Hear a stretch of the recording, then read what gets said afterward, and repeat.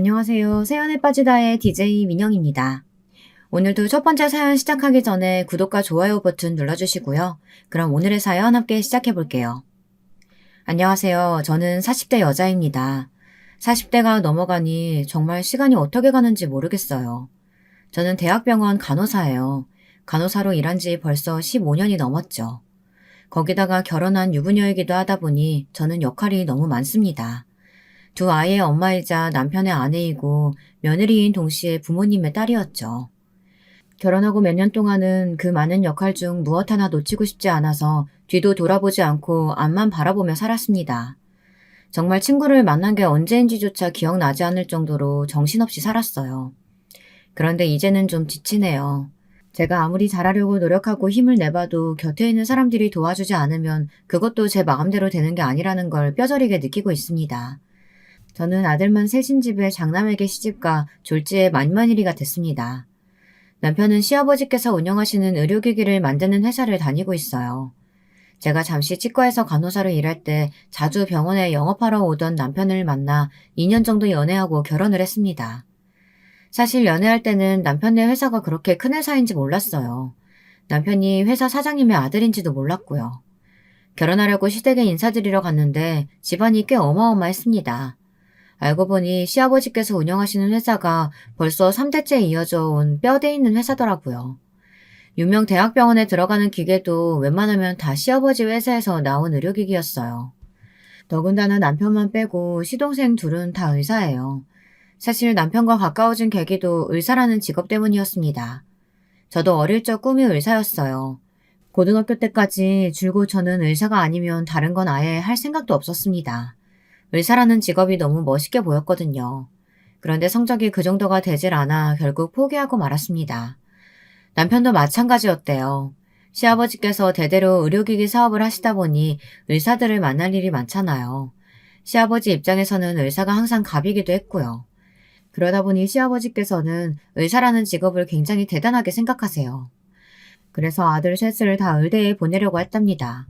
그런데 아들 셋 중에 저희 남편만 공부를 못해서 의대에 가지 못한 거죠. 저는 그나마 고등학교 때 일찌감치 의대를 포기하고 간호대학을 갔지만 남편은 재수를 했어요. 나중에는 둘째 시동생이 의대에 먼저 붙는 바람에 시아버지께서 남편은 포기했답니다. 여기까지만 들어도 집안에서 남편의 입지가 어떨지 대충 예상이 되시죠? 장남이고 시아버지를 도와 함께 일을 하고 있었지만 시아버지께서 남편보다 시동생들에게 거는 기대가 더 크세요. 그런 모습을 볼 때마다 저와 남편은 그러려니 했습니다. 진호 저 녀석의 의사는 못됐어도 그나마 간호사 며느리라도 데려왔으니 장하지 뭐. 의사였으면 더 좋았겠지만. 시아버지는 농담처럼 말하기는 하셨지만 은연중에 의사 며느리를 바라셨나 보더군요. 그래도 제가 간호사라는 말을 듣고는 바로 결혼을 허락하셨어요. 같은 의료계 식구라나 뭐라나 하시면서요. 그런데 사실 간호사인 제 입장에서 시댁 식구 중에 의사가 있다는 건 썩 편하지만은 않아요. 어쨌든 병원 내에서 제가 의사들의 지시를 받고 움직이는 사람이니까요. 그런데 저희 시댁에는 하나도 아니고 둘이 있으니 만날 때마다 좀 불편하긴 했습니다. 안 하려고 해도 병원 일을 많이 이야기하게 되니까요. 그래도 시동생들은 둘 다 페이닥터로 개인 병원에서 일하고 있어서 저와 부딪힐 일은 없을 것 같아 다행이다 싶었습니다. 그런데 문제는 제가 결혼한 이후 벌어졌습니다. 시동생 둘이 제가 결혼한 뒤 몇 년 사이에 결혼을 했는데 하필이면 둘 다 의사와 결혼을 한 거예요. 그것도 둘째 동서는 저와 같은 대학병원에 근무하고 있는 의사였습니다. 같은 과는 아니었지만 병원에서 몇 번 본 적이 있는 사이였어요. 운명의 장난이었습니다. 동서 둘이 다 의사라니요. 저는 병원을 옮겨야 하나 말아야 하나 고민이 될 정도로 힘들었습니다. 시동생들의 결혼은 저에게만 고난이었지 시댁에는 경사였습니다. 시아버지께서 그렇게 좋아하시는 의사 며느리를 둘이나 보신 거니까요. 시아버지는 동서들만 보고 있으면 밥을 안 먹어도 배가 부르다고 하셨어요. 저는 자연스럽게 관심 받게 되어버렸죠. 신경 쓰지 않으려고 해도 신경이 쓰였어요. 그럴 수밖에 없는 게 제가 느끼기에 시부모님께서 며느리들을 대하시는 게 너무 달랐거든요. 며느리가 셋이나 있었지만 동서들은 가만 보면 무슨 대단한 손님 같았어요. 같은 며느리인데도 저와는 여러 면의 대우가 달랐습니다. 가족 행사가 있어서 시댁에 모이기라도 하면 시아버지는 동서들을 주방에 들어가지도 못하게 했습니다. 저는 당연히 주방에서 시어머니를 도와 일을 하는데 동서들에게는 자꾸만 방에 들어가서 쉬라고 하셨어요. 병원에서 하루 종일 힘들게 수술하고 온 애들을 뭐하러 불렀어? 저 귀한 손으로 주방에서 일이라도 하다가 다치기라도 하면 어떡해? 그건 우리가 죄 지는 거야. 아이고, 며느리 사랑은 시아버지라다니만 유나는. 그래 뭐 할 것도 없는데 너희는 들어가서 쉬어라. 나랑 우리 큰며느리가 하면 되지 뭐. 이게 은근 서운합니다. 며느리로서 시댁일을 돕는 거야 저도 할 수 있습니다. 그런데 제가 맏며느리라 당연히 시어머니를 도와야 한다고 하시는 건지, 그게 아니면 저는 의사가 아니니까 저만 일을 하라시는 건지 괜히 혼자 마음속으로 자꾸만 곱씹게 됐습니다. 저도 의사였으면 동서들과 똑같이 대우해 주셨을까 싶기도 하고요. 더 짜증이 나는 건 동서들의 태도입니다. 한 달에 한 번도 시댁 행사에 올까 말까 하는데 가끔 와서 손 하나 까딱을 안 해요. 아무리 시아버지가 아무것도 하지 말고 앉아있으라고 해도 그렇지 저와 남편이 시어머니를 돕고 있는데도 꼼짝을 안 합니다. 다 큰 성인들이 식사 준비나 뒷정리 정도는 당연히 함께 해야 하는 거 아닌가요? 제가 시어머니와 함께 음식을 다 준비해 놓으면 동서들은 앉아서 먹기 바빴어요. 식사가 끝나도 치울 생각은 조금도 하지 않았죠. 상 차리는 건 나랑 남편이 했으니까 상 치우는 건 둘째네랑 막내가 같이 좀 해줘. 그러는 꼴이 너무 보기 싫어서 저는 대놓고 둘째 동서와 막내 동서에게 일을 시켰습니다. 시동생들한테도 같이 주방에 들어가서 하라고 했어요. 여럿이서 하면 금방 끝날 일이라고요. 형님, 아버님이 병원 일이 궁금한 게 많으시다고 식사 끝나면 차 마시면서 담소 나누자고 하셨어요. 저희는 바빠서 아버님 많이 뵙지도 못하는데 온 김에 이야기도 좀 나누고 해야죠. 설거지 하는데 얼마나 걸린다고 그래. 후다닥 빨리 하고 과일 먹으면서 다 같이 담소 나누면 되지. 됐다 됐어. 저거 얼마나 된다고. 그냥 내가 하면 된다. 다들 앉아서 쉬어라. 제가 대놓고 말해도 동서들은 아주 요리조리 잘 빠져나갔어요. 거기다가 시어머니도 제게는 이거 해라 저거 해라 잘만 하시면서 동서들에게는 아예 시키지도 않으셨습니다. 저는 시어머니를 따라 주방에 들어가 왜 동서들한테는 아무것도 안 시키냐고 툴툴거렸어요. 시어머니는 저더러 혼자 일하게 해서 억울하냐고 하셨어요. 그래서 제가 너무 억울하다고 했습니다. 시어머니도 의사 며느리들은 불편하시대요. 시아버지가 하도 감싸서 뭘 시키기도 어렵고 본인들도 저렇게 앉아서 대접받으려고만 하는데 꼭 못돼 먹은 시어머니처럼 일 시키는 것도 싫다고요. 저는 살갑고 말도 잘 통하니 저와 함께 있는 게 편하시답니다. 저도 다 압니다. 편하다는 건 시어머니도 제가 만만해서라는 걸요. 하지만 어쩌겠어요. 저도 괜히 의사 동서들 틈에 껴서 시아버지에게 차별당하느니 그냥 주방에서 일하는 게 마음이 편했습니다. 근데 그것도 한두 번이지 이게 반복되다 보니 서운할 정도로 끝나지 않더라고요. 저희 시댁은 1년에 4번 제사를 지내요. 명절에도 온 가족이 다 모여서 크게 제사를 모십니다. 저는 결혼하고 시댁 행사에 한 번도 빠진 적이 없어요. 절대 빠질 수 있는 분위기가 아니었거든요. 제사하기 딱 일주일 전에 시아버지에게 연락이 옵니다. 며칠 몇 시부터 집안 여자들이 다 모여서 음식 준비해서 제사를 모셔야 하니 그날은 꼭 시간을 빼놓으라고요. 저는 대학병원에서 3교대를 하다 보니 시간을 맞추기 여간 힘든 게 아니었어요. 하지만 어쩔 수 없었습니다. 저는 자는 시간도 포기하고 시댁 행사에 참석했어요. 제삿날 저희 시댁뿐만이 아니라 시아버지의 형제분들 사촌의 육촌까지 모여 다 함께 제사를 모시거든요. 제사를 지내기 하루 전날 밤부터 전이며 음식을 준비하는데 같은 자세로 앉아서 계속 음식을 하다 보면 큰집 며느리 작은집 며느리 다들 불려와 함께 음식을 만들었어요. 집안의 장남들은 계속해서 손님들을 맞이하죠. 누구 하나 일이 생겨 빠지는 날이면 어른들께서 아주 호통을 치셨습니다. 이래서 조상님 덕을 보겠냐면서요. 저는 결혼한 지 한창 됐는데도 아직도 이런 집안이 있다는 게 믿기지 않아요. 저도 대학에 들어가기 전까지는 시골에 살았었는데도 시골에서도 본 적이 없는 분위기였어요. 처음엔 저도 놀랐습니다. 서울 사람들도 이렇게 힘들게 제사를 지내고 집안에 행사가 많은 줄은 몰랐거든요. 그런데 동서들은 예외였습니다. 둘째 동서가 생기고 나서 당연히 저는 동서도 함께 오는 줄 알았어요. 하지만 시아버지께서 아예 부르질 않으셨더군요. 제사 때 시고모 할머니께서 이 집 둘째 며느리는 왜 안 왔냐고 묻는데도 시아버지는 손사래를 치셨습니다. 아이고 우리 교수님이 얼마나 바쁜데요. 제사가 아무리 중요해도 사람 살리는 일하는 의사 선생님한테 전이나 붙이라고 하면 어떻게 해요. 이 집은 큰며느리도 병원에서 일한다고 하지 않았어? 왜 큰며느리랑 둘째 며느리 차별해? 큰며느리도 병원 빠지고 왔으면 둘째 며느리도 와야지. 고모님도 참 모르는 소리 하시네요. 간호사랑 의사랑은 엄연히 다르죠. 간호사야 대체할 수 있는 사람이 병원에 몇백 명이야 있지만 교수는 몇 명 안 되잖아요. 순간 주방에 있던 사람들이 모두 다 고요해지면서 다들 제 눈치를 보는데도 시아버지는 혼자 웃고 있었습니다. 시어머니는 제 손을 꼭 잡아주시면서 너무 서운해하지 말라고 하셨어요. 원래 저 정도밖에 안 되는 사람이라고 하시면서요. 시아버지가 형제들 다 있는 데서 남편을 시동생들과 차별하는 모습을 본 적이 있어요. 회사 일 이야기를 하면서 그 머리로 공부를 했으니 의대에 갈 턱이 있냐부터 시작해서 아버지가 다 떠먹여주는데도 못 처먹냐 하는 소리까지 하고는 하셨습니다. 그런 모습을 볼 때마다 언젠가 저도 동서들과 비슷한 상황이 생길 수도 있겠다 예상하지 않았던 건 아니에요. 하지만 막상 겪으니 기분이 상당히 나쁘더군요. 저는 제가 다른 사람보다 깡이 있는 사람인 줄 알았어요. 어릴 때부터 싫은 소리 많이 듣고 자라서 진작 면역이 생긴 줄 알았는데 그게 또 아니더군요. 싫은 소리는 언제 들어도 그냥 싫은 거였어요. 제가 병원에서 일하는 걸 친정엄마가 별로 좋아하지 않으세요. 제가 의사가 된다고 했을 때도 어머니는 항상 콧방귀를 뀌며 좋아하지 않았습니다. 네 성적의 의사는 무슨 의사? 그리고 병원이 얼마나 답답하고 지저분한 곳인지 알아? 세상 천지에 좋은 데 다 놔두고 왜 아픈 사람들이나 드나드는 병원에서 일하겠다고 난리야.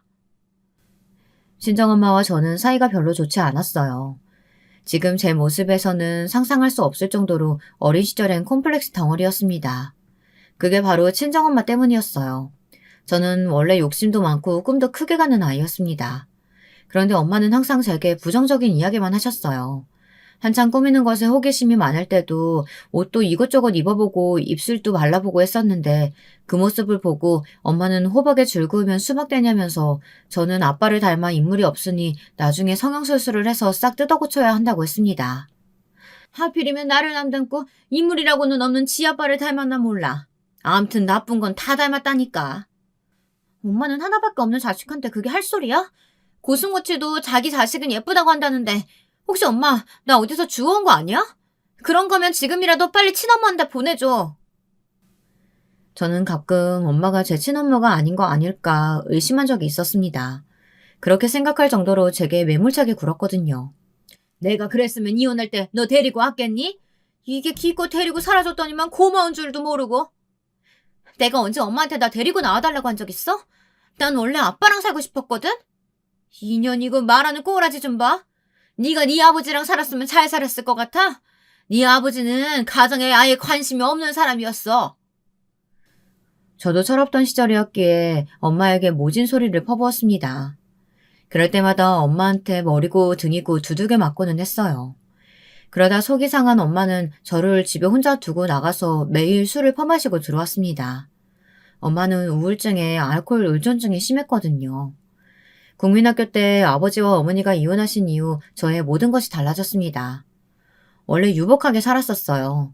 정원이 있는 큰 집에서 살다가 부모님이 이혼하시면서 엄마가 저를 데리고 그 집을 나왔습니다. 저는 멀쩡한 집을 두고 나와 다 쓰러져가는 단칸방에서 엄마와 단둘이 살았어요. 저는 그 집이 너무 싫어서 어떻게 하면 다시 아빠한테 돌아갈 수 있을까 매일 밤 고민했습니다. 그러던 와중에 제가 중학생 때 엄마가 재혼하셨어요. 새아버지는 작은 동네에서 혼자 사시면서 농사를 지으시던 분이었습니다. 형편이 넉넉하지 않았어요. 서울로 대학을 올 때까지 새아버지와 함께 살았지만 저는 그 집에 마음을 붙이지 못했습니다. 저에게 아버지는 오로지 한 분이었으니까요. 아버지와 사는 지역이 달라 자주 보지는 못했지만 한 달에 한 번씩 학교 앞으로 찾아와서 맛있는 것도 사주시고 좋은 옷이며 가방, 용돈도 넉넉히 주고 가셨습니다. 그리고 항상 힘든 일이 있으면 아버지에게 연락하라고 했어요. 저는 엄마와 새아버지가 있는 다 쓰러져가는 집이 아니라 아버지가 사는 집으로 가고 싶다고 졸랐습니다. 이제는 아버지와 살면 안 되냐고요. 그때 아버지의 곤란해하던 눈빛이 지금까지도 생생해요. 나중에 엄마에게 듣기로는 아버지한테도 애인이 있다고 하더라고요. 네 아빠라는 사람 원래 옛날부터 여자 관계 복잡했어. 지금도 여자가 한둘이 아닐걸? 증거 있어? 증거도 없으면서 엄마는 왜 아빠를 이상한 사람 만들어?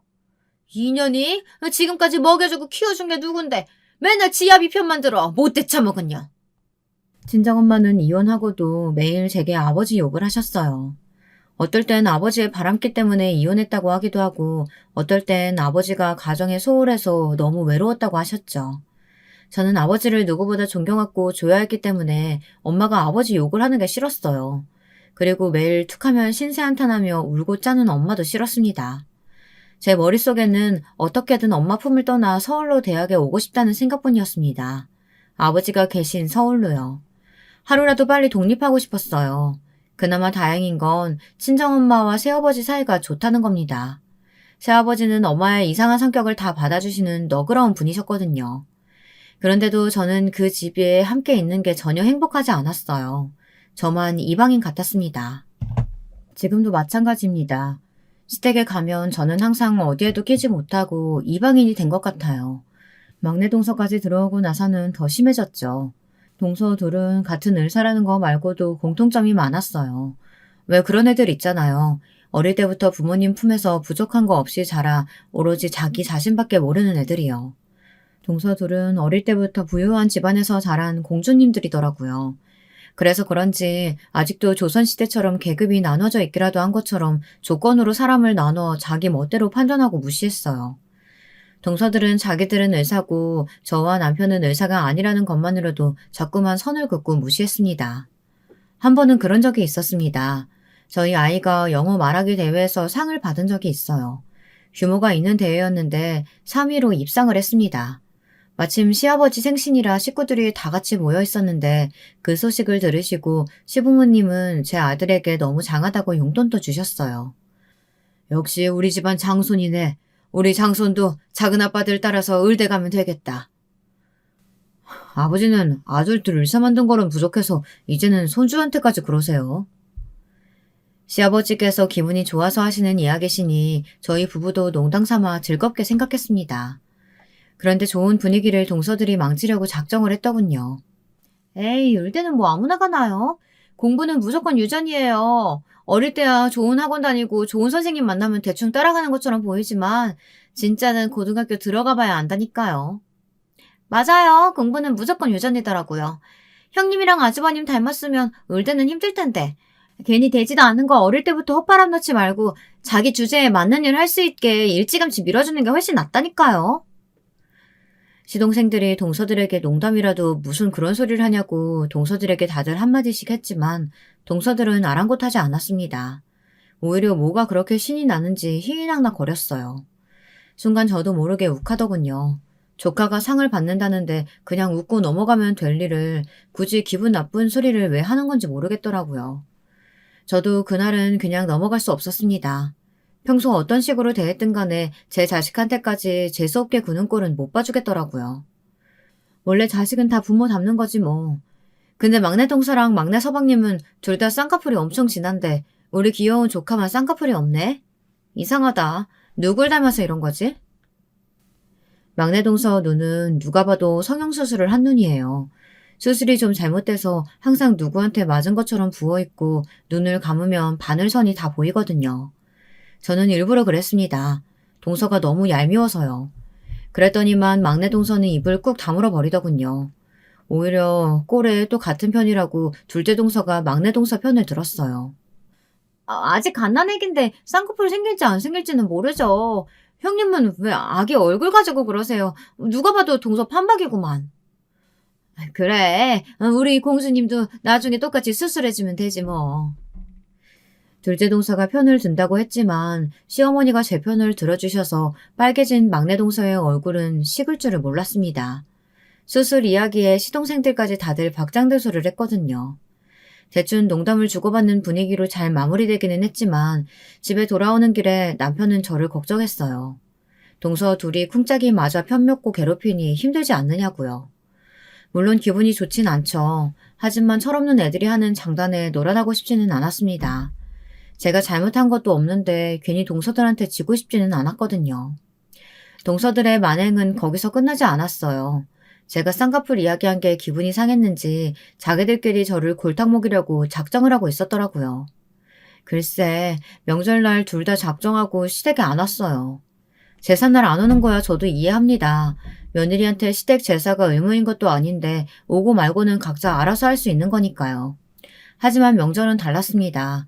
저희 시댁은 설 명절에 일이 무진장 많아요. 유부 선배님들이야 벌써 제사 규모만 보고도 아셨겠지만 명절날 시댁으로 식사할 때마다 오시는 손님이 셀 수 없이 많습니다. 만두를 몇백 개씩 빚는 것부터 시작해서 음식을 거의 20가지 정도를 시어머니가 직접 다 하세요. 시집 온 첫날부터 저는 몸살이 났었어요. 그 전까지 3교대 간호사 생활을 하면서도 흔한 감기 한 번 안 걸린 제가 명절 한 번에 몸살이 났으니 보통 일이 아닌 거죠. 시어머니는 제가 시집 오기 전까지 이 큰일을 항상 혼자 해오셨으니 정말 대단했습니다. 너는 장남이라는 놈이 손님들 오시는데 주방에서 뭐 하는 거야? 당장 나와서 술도 따르고 심부름도 해야지. 재수 씨들이 둘 다 안 와서 일이 너무 많아요. 올해 손님 맞이는 아버지가 다 알아서 하세요. 저는 우리 아내 또 아플까봐 걱정돼서 도저히 안 되겠어요. 지 엄마 고생할 때는 아는 척도 안 하더니만 지 마누라 고생시킬까봐 앞치마 다 메고 오래 살고 볼 일이다. 그러니까 재수 씨랑 애들한테 빨리 연락해서 오라고 하세요. 명색이 장가가고 시집 왔으면 명절날 어린데 뵈러 오는 게 당연하지. 어떻게 이렇게 코빼기도 안 보여요? 아무리 바쁘고 일이 많아도 남편은 이건 아니다 싶었는지 처음으로 화를 냈습니다. 그런데 그런 남편에게 시아버지가 오히려 더 화를 냈어요.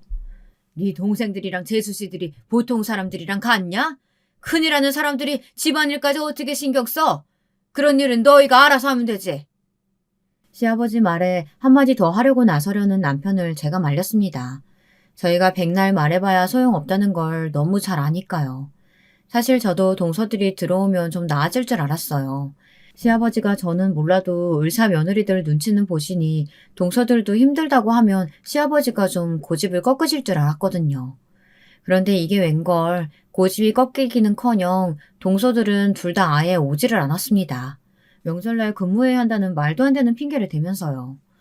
물론 명절에도 대학병원은 열기는 해요. 당직 선생님들과 간호사들도 교대를 근무합니다. 하지만 그래봐야 하루, 길어봐야 이틀이에요. 절대 명절 내내 근무하지는 않습니다. 더군다나 교수들은 거의 나오질 않아요. 병원에서는 3교대하는 간호사가 제일 바쁩니다. 저도 명절마다 병원에 눈치가 보이지만 그래도 시댁에 오는 날은 최대한 맞추려고 노력해요. 동서들이 일부러 시댁에 오지 않은 거라는 확신이 들자 저는 모든 게 다 억울해지기 시작했습니다. 만두를 빚다가도 전을 부치다가도 명색이 며느리가 셋인데 왜 저만 와서 이 고생을 하고 있나 짜증이 나더라고요. 어머님 아버님도 너무 하시는 거 아니야? 의사만 아들 며느리고 우리는 아무렇게나 부려먹어도 되는 무술이냐고. 이런 식이면 나도 추석부터는 그냥 근무할 거야. 저는 쌓인 화를 애꿎은 남편에게 풀었습니다. 그래도 화가 풀리지를 않더군요. 시동생들과 동서들은 거짓말을 한 게 맞았어요. 제가 병원에 전화해서 알아보니 둘째 동서도 명절엔 출근을 안 했다고 하더군요. 진실을 알게 된 남편은 저보다 더 화를 냈어요. 엄연히 자기가 한 집안의 장남인데 귀강을 너무 안 잡았다면서 이대로 두고만 보고 있지 않겠답니다. 그러더니만 갑자기 시동생들에게 전화를 걸었어요. 그리고 소리쳤습니다. 지금 당장 재수씨들을 데리고 집으로 오라고요. 저는 뭔가 일이 커지는 것 같아 가슴이 뛰었지만 한 번은 짚고 넘어가야 할 일이라고 생각했어요. 동서들이 저를 골탕 먹이겠다고 일부러 그런 거라면 본때를 보여줬어야 했으니까요. 재수씨, 병원에 알아보니까 오늘 근무 없으시다던데요. 설마 명절 음식 하기 싫어서 근무한다고 거짓말하고 시댁에 안 온 거예요? 아니에요. 병원에 급한 일이 있어서 새벽에 잠깐 나갔다가 들어왔어요. 제가 새벽에 잠을 못 잤다니만 너무 피곤해서 집에서 잠깐 쉬었다가 오려고 했어요. 막내 재수 씨는요? 분명히 병원에 출근하셨다더니만 옷은 골프웨어네요? 설마 골프 치다 왔어요? 저희 병원 원장님께서 치러 가자고 하셔서 어쩔 수 없이 다녀온 거예요.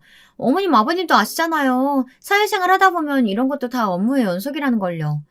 저도 둘째 형님처럼 최연소 교수 자리 따내려면 지금부터 노력해야죠. 동서들은 아주 미꾸라지처럼 요리조리 피해갔습니다. 시아버지와 의사 며느리들이 뭘 하든 상관없는 눈치였지만 시어머니는 좀 달랐습니다. 당신이 평생 명절이든 제사날이든 혼자 음식 준비하느라 고생한 걸 뻔히 다 아는 아들들까지 마누라들 등살에 못 이겨 거짓말을 하려고 했다는 게 서운하신 것 같더라고요. 표정이 좋지 않으셨어요. 텔레비전에서 요즘 며느리들은 1년에 꼴랑 2번인 명절도 시댁에 오기 싫어서 가짜 깁스까지 사서 낀다더만 우리 집안도 별반 다르지 않구나. 다 꼴 보기 싫으니까 명절이고 나버리고 너희 다 친정에 가버려. 시어머니는 생각보다 더 실망하셨는지 하던 음식들도 다 내팽개치시고는 저희더러 다 친정으로 가버리라고 소리를 지르셨어요. 쾅 소리가 날 정도로 문을 세게 닫고 방에 들어가 버리셨습니다. 그런데 괜한 불똥이 남편에게 튀었습니다. 시아버지는 명절날 사달이 난 게 다 남편 탓이라네요. 내가 너 때문에 못 살겠다. 바쁜 의사 동생들 구기 잡는 것도 모자라서 의사 재수씨들까지 불러가지고 손윗사람 노릇하는 거냐? 너는 팔자 편하게 내 밑에서만 일해봐서 다른 일은 아예 몰라서 그래. 어디 병원 일이 쉬운 줄 알아? 힘들게 일하고 명절 때 좀 쉴 수도 있지. 왜 괜히 분란을 들어? 아버지가 이렇게 이해심이 넘치는 줄은 몰랐네요. 그럼 공평하게 해야죠. 왜 매번 제 아내만 불러가지고 고생시키는데요? 자꾸 이런 식으로 자식 차별하시면 저희도 제사고 명절이고 안 올 거예요. 동서들이 잘못한 걸 괜히 욕은 저희 부부가 먹고 남편과 시아버지는 심하게 다퉜습니다. 안 그래도 시아버지가 남편과 시동생들을 차별하시는데 그날 이후 시아버지에게 남편은 미운 털이 아주 단단히 박혔죠. 저와 남편의 존재감이 더 떨어졌습니다. 시아버지는 매번 남편이 하는 일이라면 뭐든 탐탁지 않아 하셨어요. 그러다 보니 동서들의 거만은 하늘을 찔렀습니다. 그러던 어느 날이었어요. 시아버지 회사에 큰 행사가 있었습니다. 새로운 의료기기를 홍보하는 행사였는데요. 병원 사람들이 참석하는 자리다 보니 시아버지는 의사 아들들과 며느리들을 모두 다 대동하고 행사장에 가셨어요. 당연히 저와 남편도 참석했지만 위치가 달랐습니다. 남편은 회사 직원들과 함께 행사 준비하느라 정신없이 바빴어요. 저는 어디에 껴야 할지 몰라 행사장만 어슬렁거리고 있었습니다. 그러던 중 동서들이 앉아 다가를 즐기고 있는 모습을 발견했어요. 저는 동서들이 있는 테이블로 갔습니다. 사이가 어떻든 저도 한 가족인데 같이 있을 수 있으니까요. 그런데 제가 너무 많은 걸 바랬나 봅니다. 제가 자리에 앉자마자 갑자기 동서 둘이 영어로 대화하기 시작했어요. 저는 순간 미간이 구겨질 정도로 기분이 나빴습니다. 제가 앉기 전까지 둘이 시시덕거리고 있는 걸 분명히 봤는데 제가 앉자마자 진지하게 영어로 대화하다니요. 충분히 고의적이라고 생각할 수밖에 없었습니다. 저는 기분이 나빠도 한번 참고 먼저 대화를 시도했어요. 무슨 이야기들을 그렇게 진지하게 하냐고요. 어머, 형님은 못 알아들으셨겠구나? 저희가 배려심이 부족했어요. 사실 별 얘기는 아니고 최근에 제가 본 논문이 있어서 동서랑 공유하고 있었거든요. 형님이랑 이야기하다 보면 항상 느끼는 거지만 정말 존경스러워요. 최연소로 교수 되신 것도 대단하신데 항상 이렇게 연구하고 공부하시는 모습 너무 멋있다니까요. 집안에 이렇게 대단한 분이 있다는 게 얼마나 자랑스러운지 몰라요. 저도 꼭 형님처럼 되고 싶어요. 저도 의료 용어는 대부분 알아요. 그런데 동서들이 주고받는 대화에는 전혀 의료 용어가 들리지 않았습니다. 제 자격지심인진 몰라도 동서들이 그냥 저를 따돌리고 무시하려고 하는 행동으로밖에 느껴지지 않았습니다. 그뿐만이 아니었습니다. 동서 둘은 제가 생각한 것보다 훨씬 더 많은 걸 공유하고 있더라고요. 둘째 동서 애들은 저희 애들이랑 나이가 비슷해요. 그런데 저에게는 한 번도 학원이나 과외 같은 교육 문제에 대해 상의하거나 공유한 적이 없었어요. 그런데 둘째 동서가 막내 동서한테 아이들 유치원이며 학원 도우미까지 소개했더라고요. 제가 육아하면서 병원 일까지 하느라 도우미분을 못 구해서 고생한 적이 여러 번 있었어요. 그래서 시어머니에게 애들을 부탁한 적도 있었습니다. 당연히 동서들도 알고 있어요. 제가 주변에 아는 분 있냐고 물은 적도 있었거든요. 그런데 둘째 동서는 저한테는 한 번도 공유해준 적이 없었어요. 이게 은근 서운하더라고요. 다른 건 몰라도 같은 워킹맘끼리 어떻게 저만 빼놓을 수 있나 싶어서요. 저는 서운한 마음을 애써 감추고 제가 먼저 말을 꺼냈습니다. 좋은 선생님이나 도우미분 있으면 저에게도 공유 좀 해달라고 너스레까지 떨면서요. 그러자 동서들은 짠듯이 둘 다 피식 웃더군요. 저도 다 소개해드리고 싶죠. 근데 선생님들이나 도우미분들도 수준이 다 높아요. 대부분 강남권에서만 근무하고 싶어 하시기도 하고 중요한 건 그만큼 페이도 높고요. 둘째 동서는 사람을 은근히 깔아뭉개는 재주가 있습니다. 돌려 말하나 싶다가도 결국 사람을 무시하는 거죠. 내가 말 안 했나? 우리 친정도 강남권이야. 친정 아빠한테 말씀드리면 그쪽에서 수업 받아도 돼. 그리고 사람만 마음에 들면 페이가 아무리 비싸도 우리도 충분히 마셔드릴 수 있어. 형님 친정 지방인 거 우리가 다 아는데 왜 거짓말을 하고 그러세요? 형님이 그러시니까 우리가 괜히 형님 무시한 것 같잖아요. 동서, 그게 거짓말이 아니라, 에이, 동서 됐어. 형님 민망하게 무슨 그런 소리래. 알았어요. 형님, 제가 생각이 짧았어요. 제가 저희 선생님께 잘 말씀드려서 소개해 드릴게요. 둘째 동서가 제 말을 자르더니 사람 좋은 척 인자하게 미소를 지으며 저에게 미안하다고 사과하는 거 있죠. 그건 진심으로 미안해해서 하는 말이 아니었어요. 눈빛에는 저를 무시하는 마음이 그대로 깔려 있었거든요. 저는 이제 더는 동서들과 잘 지내기 위해 노력하지 않기로 했습니다. 저도 할 만큼 했어요. 동서들한테 싫은 소리도 해보고 먼저 다가가 잘 지내려고 노력도 했어요. 하지만 아무것도 통하지를 않았습니다. 저도 일에 육아에 이것저것 신경 쓸 게 한두 개가 아닌데 굳이 동서들에게까지 신경 쓰고 싶지 않았습니다. 지금까지야 저도 알게 모르게 괜히 저만 간호사라는 거에 시아버지 앞에서 주눅이 들어 할 말도 다 못하고 살았지만 이제는 저도 제 성격대로 하기로 했어요. 그러던 중에 둘째 동서 생일이었습니다. 워낙 시댁에 행사가 많다 보니 형제들이나 며느리들 생일은 원래 각자 다들 알아서 했었는데 그날은 둘째 동서가 웬일인지 자기네 집에서 굳이 생일 파티를 하겠다며 온 식구를 다 불렀어요. 저는 은근 부담됐습니다. 다른 사람도 아니고 우리 집안의 자랑인 교수님 생일이니 생일 선물을 뭘 해야 하나 걱정되더라고요. 남편은 어차피 뭘 해줘도 동서가 고마워할 리 없다면서 그냥 대충 구색만 갖춰가자고 했습니다. 그런데 구색을 갖추려고 해도 어느 정도 금액선에서 준비해야 할지 몰라 어렵더라고요. 마음 같아서는 막내 동서와 상의하고 싶었지만 괜히 또 듣기 싫은 소리나 듣고 빈정만 상할 것 같아 그만뒀습니다. 저는 고민 끝에 백화점 상품권을 준비했어요. 남편 말대로 제가 뭘 사다 줘도 동서는 마음에 들어 할 것 같지 않았거든요. 퇴근하고 동서네로 가는 길에 케이크도 하나 샀습니다. 케이크를 들고 동서네 집에 갔더니만 이건 제가 생각한 생일 파티가 아니더군요. 알고 보니 동서가 학회에 낸 논문이 있었는데 그게 꽤 좋게 인정을 받았나 봐요. 그래서 생일 겸 논문 축하 파티를 같이 하는 거였어요. 이야기를 미리 해줬으면 좋았을 텐데 동서는 식구들만 초대한 게 아니었어요. 친구들의 가까운 동료까지 불렀더군요. 근데 아시죠? 제가 동서와 같은 병원에서 근무하는걸요. 동서 생일인지 알고 갔는데 저와 같이 일하는 의사 선생님들이 수두룩했어요. 저와 둘째 동서가 동서지간인지 몰랐던 분들도 있는데 참 민망하더군요. 거기다 더 어이가 없었던 건 둘째 동서의 태도였습니다. 자꾸만 사람들 앞에서 저를 김 간호사님이라고 부르는 거예요. 김 간호사님, 어머 죄송해요 형님. 제가 병원 사람들하고 같이 있다 보니까 헷갈리네요. 형님, 저 샴페인 좀 갖다 주시겠어요? 진짜 저 여우 같은 년이라는 소리가 절로 튀어나올 뻔했습니다. 둘째 동서는 절대 생각 없이 아무 말이나 하는 사람이 아니에요. 뭐든 계산적으로 하는 사람인데 일부러 저를 민망하게 하려고 하는 짓이라는 게 다 티가 났습니다. 어쩌겠어요. 저런 미친 게 제 동서인걸요.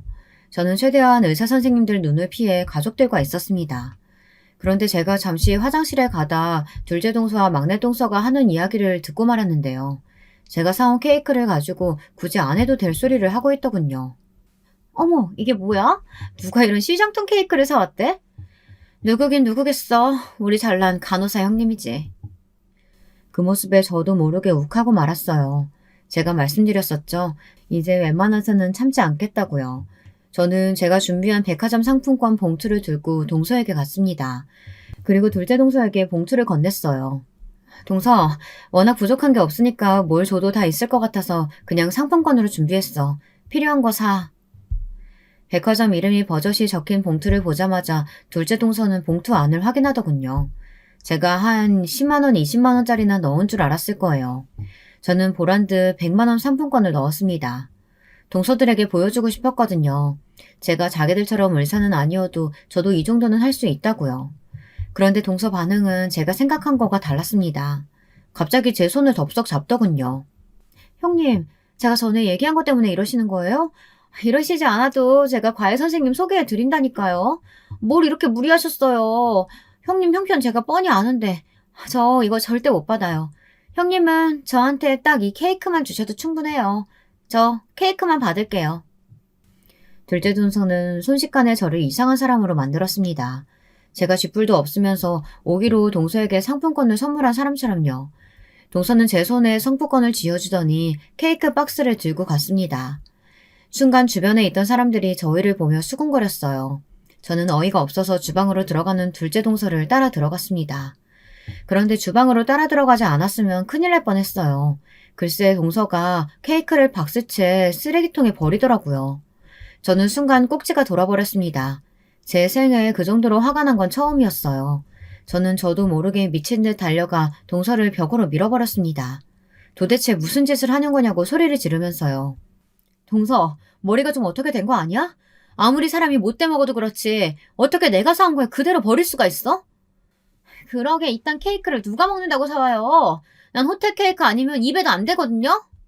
정말 답이 없는 연이었습니다. 이제는 상종도 할 필요가 없었어요. 그 순간 소란스러운 소리를 듣고 시아버지가 들어오셨어요. 시아버지는 상황 설명을 듣지도 않고 무조건 둘째 동서 편부터 들었습니다. 기분 좋은 날 윗사람이 돼서 동서한테 왜 소리를 지르냐고요. 저는 그게 아니라고 설명하려고 하는데도 둘째 동서가 또 말을 잘랐습니다. 저는 정말 형님이 걱정돼서 한 이야기였는데 형님은 제가 사람들 앞에서 일부러 쪽팔리게 하려고 했다고 오해하시고는 사온 케이크를 쓰레기통에 버려버리신 거 있죠? 뭐야? 그네 너는 내가 잘못 봐도 한참 잘못 봤구나. 손윗 사람이 본보기를 보이지는 못할 망정 아랫사람을 괴롭혀? 아버님, 그런 게 아니고요. 케이크는 제가 아니라 동서가 버렸어요. 이딴 케이크 안 먹는다고 쓰레기통에 버렸다고요. 됐다. 내가 살다 며느리들끼리 서로 헐뜯고 싸우는 꼴이나 보고. 이래서 윗사람이 잘 들어야 하는 건데 수준이 안 맞으니 매일 분란이 나는구나. 시아버지는 자기 할 말만 하시고 주방을 나가버리셨습니다. 저는 정말 울컥해서 눈물이 펑펑 쏟아졌어요.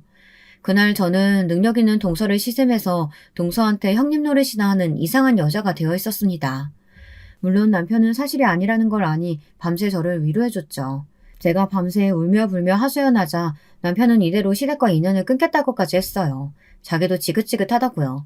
하지만 그게 어떻게 되겠어요. 남편은 평생 시아버지 회사에서 일한 사람인데 시댁이랑 인연을 끊으면 지금 당장 일자리를 잃을 거예요. 남편은 다른 직장을 알아보겠다고 했지만 저는 마음이 편하지 않았습니다. 나중에는 이게 다 괜히 제가 동서들을 견제해서 문제가 불거진 건 아닌가 싶기까지 하더군요. 그러던 와중에 시어머니 칠순잔치 날이 되었어요. 둘째 동서 생일 이후에 처음 있는 시댁 행사라 저는 가기 망설여졌습니다. 그래서 일핑계 대고 가지 말까 고민했지만 그래도 시어머니의 칠순인데 거짓말까지 하고 참석하지 않은 건 예의가 아니라는 생각이 들었습니다. 저는 일단 부딪혀보기로 했어요. 남편은 애들 데리고 먼저 식당에 가있겠다고 해서 저는 교대 근무가 끝나는 대로 바로 식당으로 갔습니다. 주차장을 찾아 들어가는데 식당이 한눈에 봐도 고급스러워 보이더군요. 평소 미식가라 고급 재료를 사용하는 맛집이라고 하면 안 가본 데가 없는 둘째 동서가 예약했으니 어련한가 싶었습니다. 식당 입구 쪽에 동서들 차가 나란히 보이길래 저도 빈자리에 주차하려고 들어갔어요. 그런데 그때 입구에 서있던 둘째 동서가 불이 나게 달려오더니 제 차 앞을 가로막았어요. 저는 놀라서 차를 세우고 운전석에서 내렸습니다. 그리고 동서에게 소리쳤어요. 위험하게 갑자기 차에 뛰어들면 어떡하냐고요. 그러자 둘째 동서가 하는 말이 가관이었습니다. 형님, 눈치가 없어도 정도껏이지. 병원에서 중요한 손님들도 많이 오시는데 마티즈를 가족 자리에다 주차하시면 어떡해요. 집안 망신이니까 빨리 차 빼서 다른 곳에 주차하세요. 저는 둘째 동서의 행동이 기가 차다 못해 어이가 없어 실소가 터지더군요. 제가 배까지 잡고 웃자 둘째 동서 얼굴이 일그러졌어요. 동서, 마티즈가 뭐 어때서 그래? 동서 이런 거 가지고 사람 등급 나누고 그러는 몰상식한 사람이었어? 어머, 그럼 설마 지금까지 동서는 의사고 내가 간호사라고 무시하고 그랬던 거야? 명색이 의사라는 사람이 같이 일하는 간호사를 무시하면 어떡해. 동서가 그러가도 좋은 의사라고 할 수 있어? 의사면 그냥 의사지 꼭 좋은 의사일 필요 있나요? 하긴 병원에서 매일 의사 뒤치다거리나 하는 간호사가 뭘 하겠어. 지금 이게 다 무슨 소리야? 아니, 자네는 우리 병원 내과 윤 교수 아닌가? 그 순간 말도 안 되는 일이 벌어졌습니다. 저희 친정아버지가 바로 그 자리에 나타나셨어요. 아니, 이 사장님이 어떻게 저희 시어머니 칠순인지 어떻게 알고 오셨어요? 윤 교수 시어머니 칠순이라고? 그럼 윤 교수가 우리 딸이랑 동서지간이었나? 네? 이 사장님이 형님 아버지시라고요? 말도 안 돼. 결혼식 날 뵙던 분은 다른 분이었는데. 형님, 이거 어떻게 된 일이에요? 그랬습니다. 동서는 당연히 모르고 있었겠지만 저와 동서가 다니는 대학병원 이사장님이 바로 저를 낳아주신 친아버지세요. 제가 일부러 친아버지에게 연락을 드렸습니다. 제가 그토록 병원에서 일하고 싶었던 이유가 바로 아버지 때문이에요. 저희 어머니 아버지는 제가 국민학교 시절에 이혼하셨어요. 아버지는 병원 일로 정신없이 바빴고 어머니는 우울증이 심해져 바쁜 아버지를 매일 원망하셨거든요. 처음 말씀드린 대로 저는 어머니보다 아버지를 더 좋아했습니다. 항상 아픈 사람들을 위해 일하시는 아버지의 모습을 존경했으니까요. 그래서 아버지처럼 좋은 의사가 되고 싶었던 거예요. 성적이 안 돼서 포기하기는 했지만 그래도 간호사가 되어서 같은 의료인이 되었다는 거에 자부심을 느끼고 있었습니다. 어머니와 이혼했어도 저와 아버지는 계속 만나고 있었어요. 제가 간호대학에 갔을 때 누구보다 기뻐하셨던 것도 아버지예요. 어머니께서 제 등록금을 내주지 않겠다고 했을 때 도와주신 분도 아버지였습니다. 사실 호적상 아버지도 새아버지고 결혼식 때도 새아버지가 오셨기 때문에 제가 이사장님의 친딸이라는 사실을 아는 사람은 거의 없어요. 그랬으니 둘째 동서도 몰랐던 게 당연합니다. 지금까지 제가 시골에서 농사나 짓는 부모님 밑에서 자란 별 볼 일 없는 간호사인 줄만 알았던 동서는 졸지에 입에 거품을 물고 있었습니다. 윤 교수, 사람 그렇게 안 봤는데 원래 사람 막 무시하고 그러는 사람이었나? 동서지간이기 전에 어쨌든 같은 병원에서 근무하는 간호사 선생님인데 어떻게 이렇게 무례하게 굴 수가 있어? 자네한테 정말 실망했네. 아버지는 그대로 혀를 끌끌 차며 식당 안으로 들어가셨습니다. 둘째 동서는 아버지에게 애써 변명하려고 따라가려다가 도저히 안 되겠는지 저에게로 달려왔습니다. 그러더니만 한다는 말이 꼴 같지 않더군요. 형님, 제 마음 아시죠? 제가 형님이랑 친하게 지내고 싶어서 장난친 거잖아요. 아휴, 이사장님이 오해하셨나 보다. 오해 같은 소리 하고 있네. 동서 진짜 여우 같은 건 내가 진작 알고 있었는데 내가 이사장님 딸인 거 알자마자 이렇게 180도 달라질 줄은 몰랐네. 형님, 뭐 하시는 거예요? 아우, 이 거지 같은 마티즈를 이따위로 주차하면 어떡해요? 빨리 차 빼요. 그때 마침 막내 동서도 나와서 제 차를 가지고 한 소리 했습니다. 그러자 둘째 동서가 손사래를 치며 막내 동서에게 호통을 치더군요. 동서, 어디 감히 형님한테 그따위 소리를 해. 동서가 지금 당장 달려와서 형님 차 다시 주차해. 저기 제일 좋은 자리에. 우리 이사장님 차 바로 옆자리에다가. 둘째 동서는 곧바로 막내 동서에게 다가가 귓속말을 속삭였습니다. 그러자 막내 동서는 헐레벌떡 달려와 제 차를 다시 주차까지 해주더군요. 태세 전환이 장난이 아니었어요. 매일 시댁에 올 때마다 자기들은 의사고 내가 간호사라고 이것저것 시키면서 재수없게 굴더니만 제 앞에서 쩔쩔매는 모습을 보니 아주 볼만하더군요. 제가 식당 안에 들어가려고 하자 동서 둘이 제 양쪽으로 오더니 팔짱을 꼈습니다. 형님, 저한테 기분 나빴던 거 있으시면 지금 다 얘기하세요. 제가 다 하나하나 사과드릴 수 있어요. 둘째 형님은 좀 기다리세요. 큰형님, 저 이번에 형님 명의 병원으로 옮기는 거 아시죠? 이사장님, 아니, 아버님께 저 좀 잘 봐달라고 이야기 좀 해주세요. 아셨죠? 저는 어이가 없어서 양팔에 대롱거리고 있는 동서 둘을 세게 밀쳐대고 식당 안으로 들어갔습니다. 여러분들이라면 어떠시겠어요? 동서들이 지금까지 제게 저지른 만행들을 용서해 줄 수 있으시겠어요? 그날 이후로 동서들의 태도는 완전히 달라졌습니다. 사실 달라진 건 동서들뿐이 아니에요. 저희 시아버지가 제일 많이 달라지셨습니다. 저희 친아버지가 대학병원 이사장이라는 사실을 아시자마자 저에게 제발 한 번만 자리를 마련해달라고 사정을 하셨어요. 그러면 사업에 큰 도움이 될 거라고요. 저는 이때다 싶었습니다. 아버님, 그럼 저희 남편 아버님 뒤 이어서 회사 경영에도 참여할 수 있는 거죠? 그럼 당연하지. 나는 우리 회사 무조건 우리 장남한테 물려줄 생각이었어. 네 시동생들이나 동서들은 그래봐야 월급쟁이 아니냐. 우리 사돈이 대학병원 이사장님인데 앞으로 우리 장남한테 얼마나 큰 힘을 실어주시겠어? 역시 사업하시는 분은 다르더군요. 뭐가 당신에게 이익인지 바로 파악을 하셨어요. 이럴 줄 알았으면 진작 아버지를 만나게 해드릴 걸 그랬더군요. 그날 이후 저의 시댁생활은 아주 평화로워요. 동서들은 병원에서도 저만 보면 달라붙어서 온갖 야양을 다 떱니다. 시댁에서도 마찬가지고요. 명절이고 제삿날이고 항상 저보다 먼저 와서 알아서들 음식 준비를 한다니까요. 동서들은 언제 또 돌변해서 저를 가지고 놀지는 모르겠지만 지금은 마냥 이 순간을 즐겨보려고요. 그래도 제 앞에서 쩔쩔매는 동서들을 보니 속은 시원합니다. 여러분도 가까운 사람들에게 말도 안 되는 무시와 모욕을 당했던 일이 있으시면 댓글 달아주세요. 저도 제 속 이야기 글로 써보니 속이 좀 풀리는 것 같더라고요. 지금까지 저의 긴긴 이야기 들어주셔서 감사합니다. 여러분, 두 번째 사연 시작하기 전에 좋아요와 구독 꼭 눌러주실 거죠? 그럼 두 번째 사연 바로 시작합니다. 저란 존재가 어떤 집안에서 태어났는가 하면 말 그대로 찢어지게 가난한 집구석에서 태어나 자라왔습니다. 사회복지 시스템이 지금에 비할 바 못될 만큼 열악하였던 시절이었죠. 그러나 또 한편으로는 지금에 비하자면 가난에 대한 수용성이 아주 달랐던 그 시절이었습니다. 오늘도 배고프고 춥다. 그래도 어쩔 수 없는 거니까. 그리고 우리 집만 이렇게 사는 건 아니겠지. 어렸던 저는 그리 중얼거리곤 했었죠. 지금 시절에 제가 태어나서 그 정도의 가난에 던져졌다면 부모에 대한 원망과 이따위로 불공평한 세상을 향해 저주를 퍼붓는 것을 쏟아냈을 게 분명합니다. 그러나 그 시절에는 알게 뭡니까? 지금처럼 스마트폰으로 우리나라 전역은 물론 전 세계를 들여다볼 수 있는 세상이 오리라고는 그때는 상상조차 하지 못했던 것을요. 하여간 저는 그런 집안의 장녀였습니다. 제 밑으로는 남동생과 여동생이 있었습니다. 저희 삼남매는 코올리게 시절부터 가난에 순응해가며 자연을 벗삼아 놀고는 하였습니다. 입에 풀칠하기에 바쁜 집안에서는 자연스레 공부, 학업이라는 게 멀어집니다.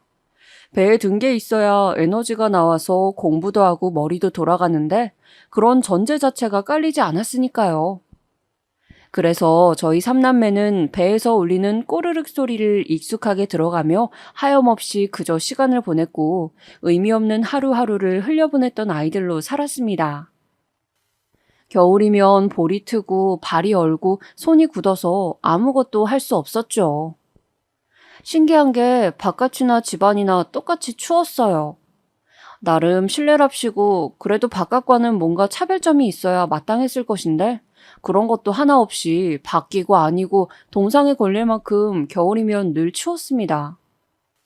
나이가 먹을 만큼 먹은 지금에 와서는 저는 그때를 회상하며 신기해합니다. 그런데도 용케 안 죽고 살아남아서 지금까지 인생을 이어온 것이 믿기 어려워서 그렇습니다. 그만큼 어느 날 갑자기 횟가닥 죽어버린다고 하여도 납득이 가능할 정도로 열악했던 환경이었어요. 빨리 밥때가 되면 좋겠다. 그래야 불을 떼서 온기라도 느낄 수 있지. 개 떨듯이 달달 떨어댔던 저희 삼남매가 기다렸던 것은 밥 시간이었습니다. 언감생심 불을 떼는 것도 종일 뗄 수가 없었기에 밥을 지을 때만 저희 집은 불을 뗄 수가 있었으니까요. 어린 시절에는 아버지, 어머니 두 분이 저희 삼남매가 바라보는 세상에 전부는 다름없었습니다. 부모님이 세상의 중심이고 지도자였기 때문에 그 두 분을 투영해서만 세상을 바라보았어요. 그래서 저희 삼남매는 왜 가난한가를 궁금해하지 못했던 것 같습니다. 주어진 환경들이 너무나 자연스럽고 당연한 것이었기에 그랬겠죠. 첫째인 저는 물론이고 동생들마저 용돈이라는 개념을 알아본 역사가 없었습니다. 나이를 먹어갈수록 가난의 원인이 제 눈에는 서서히 보이기 시작했었네요. 분명히 일을 하시는 건 맞았지만 벌어오는 돈은 없다시피 하셨던 저희 집안의 가장, 아버지, 소위 일용직, 막노동이라고 표현되는 일을 하셨더랍니다. 제가 알기로는 어딘가에 특별히 소속되어 있지도 않으셨습니다. 그러니까 일감이 어딘가에서 생기면 그걸 받아다가 일을 하셨고 그게 없을 때면 집에서 가만히 주무셨어요. 그렇게 주무실 때면 저희 삼남매를 향해 이런 잔소리를 꼭 날리시곤 하였죠. 안 그래도 좁은 집 구석에서 뛰어다니지 마라. 더 좁게 느껴진다. 그 소리를 듣고 나면 저희 삼남매는 조용히 발소리를 죽이며 집 밖으로 나가서 놀궁리를 하였습니다. 해진 신발들을 신고 있을 때면 방에서 크게 들려오던 아버지의 목소리. 밖에서 너무 멀리까지 뛰어가지 마라. 그래봤자 다리만 아프고 배가죽만 일찍 들러붙는다. 어차피 다 아는 풍경인데 뭐하러 그걸 보려고 멀리 나가겠어? 안 그러냐? 그 잔소리를 뒤로한 채 저희 삼남매는 밖에 나가서 시간을 보냈었죠. 집에 먹을 것이 궁하니 괜히 열심히 놀아서 배를 빨리 꺼뜨리지 말라던 아버지의 당부가 저는 나이가 들수록 못내 슬프고도 기이하게 느껴졌습니다. 아버지는 특히 한겨울에는 일감이 없어서 집에서만 계셨던 것 같아요. 그 드물게 들어오는 일감마저 끝내고 나면 같이 데리고 일을 하셨던 인부들에게 돈을 먼저 챙겨주셨기에 실상 아버지가 손에 쥐는 것은 정말로 얼마 되지 않았습니다. 정식으로 소속되어 있는 입장도 아니었으며 하청의 하청 수준이었기 때문에 돈이 제때 잘 들어오지도 않았죠. 중학교 때부터 맞이인 제가 철이 가장 먼저 들었습니다. 동급생들을 보면서 다른 세상을 간접적으로 체험하기도 하면서 제 안에서 견고하였던 좁디 좁은 세상의 벽에 금이 가기 시작했던 것입니다. 그리고 저희 가족에게 가장 희소식이자 날벼락이기도 하였던 것은 제가 공부머리가 있었다는 놀라운 사실이었습니다. 이상하다. 나는 2번만 배우고 나면 이 공식을 완전히 이해할 수가 있거든. 이 공식에 대해 처음 배우고 그 다음에 처음 풀어보고 이 2번을 거치고 나면 이제 이 공식에 대한 의문이 내 안에 남아있지 않아. 그런데 왜 다른 친구들은 나와 똑같이 배운 이 공식을 왜 연속해서 배우려고 드는 거지? 공부에 대한 각 잡힌 개념조차 없었던 저는 처음에는 그저 의문스럽고 혼란스럽기까지 하였습니다. 어째서 다른 친구들은 배우고 난 것을 또 배우고 또 배우고 그러면서 왜 문제를 틀리기까지 하는 것인지 그것이 너무 희한하게 보였거든요. 그런데 대다수가 그렇게 공부를 하며 과목마다 개념을 익히고 있다는 것을 알게 된 순간 저는 제가 극소수에 속하는 공부머리를 지녔음을 깨우치게 되었습니다. 가난한 걸 광고라도 하듯 어딘가 구질해 보이고 초라해 보이는 기운을 숨길 수 없었던 저를 주시하거나 응원해주는 선생님은 처음에 아무도 안 계셨습니다. 그러나 점차 저에게 관심들을 주기 시작하셨습니다. 너는 공부하는 재능이 애초에 타고났구나. 재능이요? 저에게 재능이란 것이 있다고요? 그럴 리가 없어요. 저희 식구들은 아무도 재능과 가까이 살지 않는걸요? 친가랑 외가 친척들도 제가 알기로는 전부 마찬가지예요. 그런데 어떻게 제가 재능 같은 걸 타고날 수가 있었겠어요? 선생님께서 무얼 착각하신 모양 같아요. 네가 그렇게 여긴다고 하여도 시험 답안지는 거짓말을 하지 않아. 오로지 순수한 결과물만을 내놓지. 우리 학급은 물론이고 전교에서도 너만큼 공부에 재능이 있는 학생은 내가 생각하기로는 아무도 없는 것 같구나. 제가 그 정도라고요? 아니에요, 선생님. 제가 전교 1등을 하는 것도 아니잖아요. 그렇지. 하지만 너는 전교 1등을 하는 친구보다 학습량이 상당히 뒤떨어지지 않니? 이게 뭘 의미하는지 모르겠어? 너는 너보다 성적을 높게 받은 친구들보다 100분의 1 수준으로 공부를 하였음에도 거의 동등한 성적을 낸 거야. 이건 재능이 있다고밖에는 볼 수가 없어. 내가 너희 부모님께 자세히 말씀을 드려봐야겠다. 구질한 집구석에서는 공부를 할 수 있는 공간마저 확보되지 않았거든요. 그래서 저는 공부를 학교에서만 하였습니다. 시험 기간에도 따로 시험 공부를 하지 못했고요. 그 사실에 주목한 선생님께서는 저희 어머니에게 제가 공부머리가 탁월하다는 사실을 알렸습니다. 앞으로 저를 집에서 적극적으로 지원해준다면 든든한 대들보가 될 것이 틀림없다는 호들갑과 한게 말이죠. 사리에 밟지 못하셨던 저희 어머니는 선생님의 그 말씀도 바로 알아듣지 못하셨습니다. 그래서 연신 고개를 양쪽으로 번갈아 갸웃거려가면서 끝내 반문을 하셨어요. 죄송하지만 선생님, 그게 대관절 무슨 말씀이시죠? 그래서 저희 딸이 뭘 어떻게 된다는 건가요? 청이 어머님, 그러니까 단적으로 말씀을 드리자면 만약에 댁에서 청이를 전적으로 물심양면으로 지원을 해주셔서 더욱 학업에 정진할 수 있도록 해주신다면 제가 장담하건대 청이는 공부로 성공을 해보일 것입니다. 그럴 수 있는 제목이에요. 성공을 공부로 한다고요? 그럴 수도 있나요? 당연하죠. 아니, 성공할 수 있는 길은 공부밖에 없습니다. 청이가 공부로 성공을 해보여서 가족들에게 큰 보답을 할 거라고요. 선생님께서 그렇게까지 말씀하시고 나서야 어머니는 모든 것을 이해하셨고 놀란 가슴을 쓸어내리며 학교를 빠져나가 집까지 터덜터덜 걸어가셨습니다. 걸어가시는 내내 머릿속은 온통 복잡했노라고 나중에 저에게 털어놓으셨죠. 이거 야단났네. 고등학교를 보낼 생각이 없었는데 이렇게 되면 영락없이 고등학교에 보내야 한다는 소리잖아. 어머니가 그토록 안절부절하셨던 건 애초에 저를 고등학교에 보내실 생각이 없었기 때문이었죠. 중학교 공부만 마치면 저로 하여금 돈을 벌게 할 작정이셨던 겁니다. 그리고 이건 순전히 저의 추측이지만 저를 고등학교에 보내지 않으시고 돈을 벌게 하신 다음 제 바로 밑 둘째인 남동생을 고등학교에 보내실 요량이었던 것 같아요. 셋째인 여동생은 그때 상황을 봐서 고등학교에 보내든지 말든지 하셨겠죠. 그런데 제가 중학교에 가서 스멀스멀 혼자 공부를 하기 시작하더니 급기야는 3학년 재학 중에 선생님들을 감복시키기까지 하였으니 이건 어머니로서는 청천벽력이었던 것입니다. 하지만 공부로 성공을 할 수 있다고 했잖아. 그런 얘기를 듣고도 고등학교를 안 보내기란 너무나도 마음이 찝찝하여서 견딜 수가 없어. 에라이, 내가 그냥 미친 척하고 애들 아빠를 설득해야겠구나.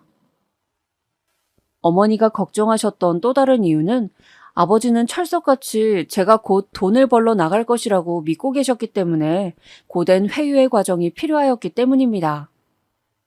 부모님 두 분은 저의 문제로 서로에게 날을 세워가며 대립하고 계셨습니다. 정희가 내년부터 돈을 벌어올 줄 알고 내가 약간의 마음을 놓고 의지를 하고 있었건만. 뭐 고등학교? 기집애가 뭔 고등학교야? 못 들었어요? 애가 공부를 그렇게나 잘한다잖아. 청이만 공부로 성공하면 우리 집, 우리 식구들 이제 다 걱정 없이 살 수 있다는데 그거 듣고도 당신은 무시할 수 있어요? 두 분은 몇 날 며칠을 같은 주제로 두고 싸우셨기에 저뿐만 아니라 동생들도 어떤 이야기인지 다 알게 되었습니다. 왜냐하면 집구석이 너무나도 좁았기 때문에 방음이란 개념 자체가 없었거든요. 어느 날 서로에게 또 언성을 높이시다가 문득 저희 삼남매 쪽을 바라보신 아버지는 소주 한 병을 사오라는 심부름을 내리셨어요. 엉덩이를 떼고 일어난 저희 삼남매가 같이 동네 슈퍼로 향하면서 대화를 나누었습니다. 누나는 고등학교 어디로 갈 거야? 이쪽 동네로 가나? 아니면 저쪽 동네로 가나? 언니가 그렇게 공부를 잘하면 언니는 그러면 천재인 거야? 어? 저는 양쪽에 각각 동생들을 둔 채로 걸으면서 제 자신에게 물어보았습니다. 고등학교를 가서 정말로 공부를 미친 듯이 잘해낼 각오가 되어 있는지를요. 막상 저의 생각이 어떤지는 부모님 두 분 다 저에게 물어보지 않으셨으므로 저는 스스로 질문을 던져야만 했습니다. 혹시나 잠시간 뇌에 문제가 생겨서 일시적으로 공부를 잘하게 된 것이라면 어떡하지? 나 말고는 아무도 집안에서 공부를 잘한다는 소리를 들어본 적이 없잖아. 심지어 내 동생 청석이와 청미는 아예 공부에 흥미가 없어 보이는데. 찢어지게 가난한 데다 모두 하나같이 배움이 짧은 사람들만 있었던 집안이었으므로 제가 정말로 공부 재능을 타고난 것이 맞는다면 저는 돌연변이인 셈이었습니다. 스스로의 수준이 가늠도 잘 되지 않았을 뿐더러 돈을 버는 대신에 고등학교를 가서 공부를 한다는 선택지가 부담스럽고도 두렵게 느껴졌어요. 나도 잘 모르겠어. 하지만 난 어쨌거나 공부를 하는 게 즐겁고 설레는 것 같아. 배움이 늘어날 때마다 뿌듯하고 보람찬 기분이 들거든. 아마도 나는 어느 고등학교든 진학해서 내 공부 실력이 어떤 수준인지 직접 체험해보고 싶은 것 같아. 그럼에도 저는 마음속에서 우러나오는 솔직한 말을 제 동생들에게 꺼내 보였습니다. 말을 뱉고 나니까 가슴이 막 두근거리더라고요. 그 후로 며칠이 지났을 때 부모님은 저를 앞에 앉혀두시곤 고등학교에 진학하라는 말씀을 건네주셨습니다. 저는 믿을 수가 없어서 아버지 쪽을 빤히 쳐다보았죠. 그러나 헛되게 들은 것이 아니었고 아버지 또한 진심으로 저에게 고등학교 진학을 권유하고 계셨습니다. 그러면 저는 내년에 돈을 벌러 가지 않아도 되는 건가요? 그래. 내년까지는 우리가 어떻게든 버티고 다 함께 이를 악물면 견뎌낼 수 있을 것 같으니. 그러면 내후년에는요? 그때까지도 저희 가족이 버틸 수 있을까요? 내후년부터는 누군가 새롭게 돈을 벌어야겠지? 네? 아버지, 새롭게 돈을 벌다니 도대체 누가? 말끝을 흐리던 저는 아버지의 눈길을 받으며 불현듯 깨달음이 찾아왔습니다. 그 옆에서 어머니는 고개를 조금 떨구고 계셨죠. 설마 청석이는 고등학교에 가지 않을 작정인가요? 제 물음에 부모님 두 분 다 동일하게 대답이 없으셨습니다. 아, 그 순간에 저는 너무나도 놀라서 잠시 숨을 멈춰야만 했습니다. 왜냐하면 저희 남동생 청석이는 이토록 찢어지게 가난하고 못 배워먹은 집구석에서도 유일하게 대접받고 또한 대우받는 존재였기 때문입니다. 아버지는 청석이에게만은 술주정을 하지 않으셨으며 어머니는 맛있는 반찬이 모처럼 작은 밥상 위에 올라올 때면 청석이를 먼저 챙겨주고자 하셨습니다. 저는 청석이라면 이따위 허름한 집이라도 팔아서 고등학교를 보내줄 위인들이 바로 저희 부모님이라고 믿어 의심치 않으며 지내왔었습니다. 그러니 저는 충격에 사로잡혀서 말을 잃었죠. 상황에 압도당한 저에게 어머니가 넌지시 말씀을 주셨습니다. 엊그제 네 기특한 동생 청석이가 우리한테 살그머니 와서 그러더구나. 자기는 고등학교에 가지 않아도 좋으니 우선은 누나를 고등학교로 공부하도록 보내주었으면 한다고. 그러면서 자기는 공부에 흥미도 없고 재능도 없으니 중학교 공부를 마치는 대로 돈을 벌어서 집안 살림에 이바지를 하고 싶다며 그런 의견을 내왔단다. 철이 든 것은 저뿐만이 아니었나 봅니다. 그 말썽꾸러기 남동생이 없는 살림마저 자기가 다 독차지하고 부모님의 사랑을 독식하려고 들었던 그 욕심쟁이가 저를 위해서 그런 곰곰하고도 깊은 생각을 해냈다는 것이 진심으로 놀라웠습니다. 저는 부모님 앞에서 고등학교에 진학한 뒤에 대학교 공부까지 하고 싶은 것이 저의 진실된 속마음인 것을 그 순간에 처음으로 밝혔습니다. 기뻐하시는 것도 같았고 염려하시는 것도 같았습니다. 저라는 돌연변이는 두 분이 생전에 접해본 적이 없는 존재였기 때문이었지요. 부모님과 꽤나 긴 대화를 마친 저는 집 밖에서 외로이 서성거리고 있던 남동생에게 다가갔어요. 어쩌다 그런 결심을 내리게 되었는지 궁금해서였죠.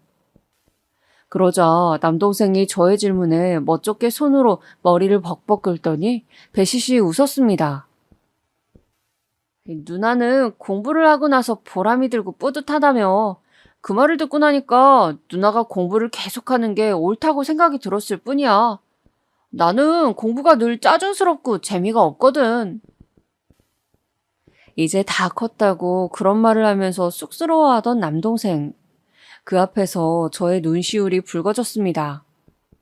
3남매 중 고작 한 명이 고등학교에 진학하는 문제로 온 가족이 고심하며 시름시름 알아야 하는 집안의 이론 사정이 결코 바람직하거나 보편적이 아닌 것을 17살을 목전에 두고 있었던 저는 깨우친 뒤였기 때문입니다. 선생님께서는 분명히 공부를 하면 성공할 수 있다고 하셨다. 그분은 허투루 말씀을 하실 분이 결코 아니셔. 그렇다면 나는 앞으로 죽기 살기로 공부를 해내겠어. 반드시 성공을 해서 내가 우리 집안을 일으켜낼 거야. 계속해서 이런 삶의 굴레 안에서만 살게 두진 않겠어. 우리 집안은 조부모님도 모든 친척들도 다 궁핍하게 살고 있지. 그 윗대도 마찬가지라고 들었어. 학력으로 자랑할 수 있을 만한 이는 단 한 명도 없고 나는 이 지독한 굴레를 끊어내는 주인공이 되고 말 테야. 저는 그러한 각오를 다져냈고 이듬해 고등학교에 비로소 진학을 하였습니다. 그리고 저는 제가 진정으로 공부를 해내는 재능이 있다는 것을 증명해 보였습니다. 낯선 환경 속에서 새로운 공부를 시작했지만 그것을 익히는 것이 저에게 그다지 어렵지 않더군요.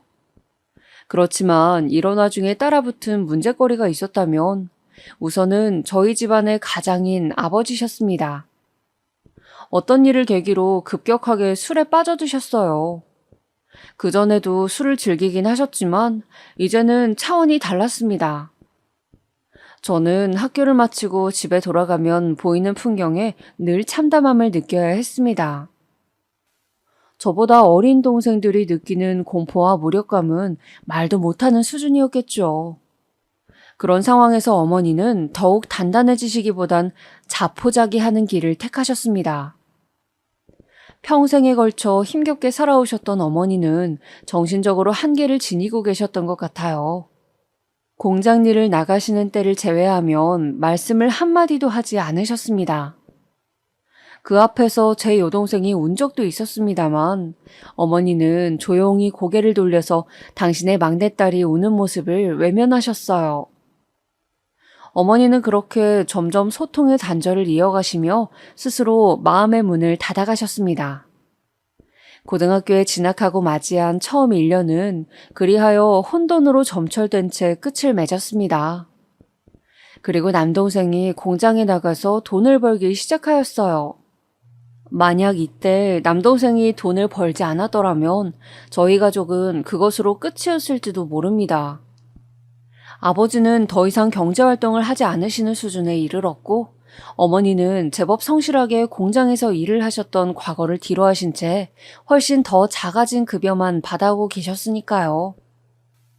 어머니의 상태가 안 좋아지자마자 공장에서 이때다 싶어서 처우를 안 좋게 내렸던 것입니다. 남동생이 난생 처음으로 노동의 대가를 받아온 금액은 아주 작았습니다. 문제집 한 권도 살 수 없는 처지인 것은 익숙한데 이러다가 필기구마저 새로 못 사겠구나. 앞으로는 비가 오지 않을 때면 무조건 걸어 다녀야겠다. 저는 그 먼 통학거리를 걸어 다니기 시작했습니다. 운이 좋은 날이면 이웃집 아저씨께서 빌려주신 자전거를 타기도 하였습니다. 먼 거리를 매일같이 걸어 다녔더니 금세 피로가 쌓이더군요. 게다가 저는 풍족한 영양 공급을 받지 못하고 있었으니 체력이 바닥나고 공부에도 지장이 생긴 것은 당연하였습니다. 그러나 동생들에게는 일절 이런 부분을 말하지 못하였고 자습을 위해 일찍 나가고 늦게 들어온다는 핑계를 대었어요. 그러던 어느 날 더위가 가신 줄 알았건만 얄팍한 착각을 하고 말았던 늦여름이었습니다. 날씨 때문에 완전히 체력이 바닥났었나 봐요. 저는 집으로 귀가하던 길에 정신을 잃고 쓰러졌습니다. 어이 학생, 정신을 좀 차려봐.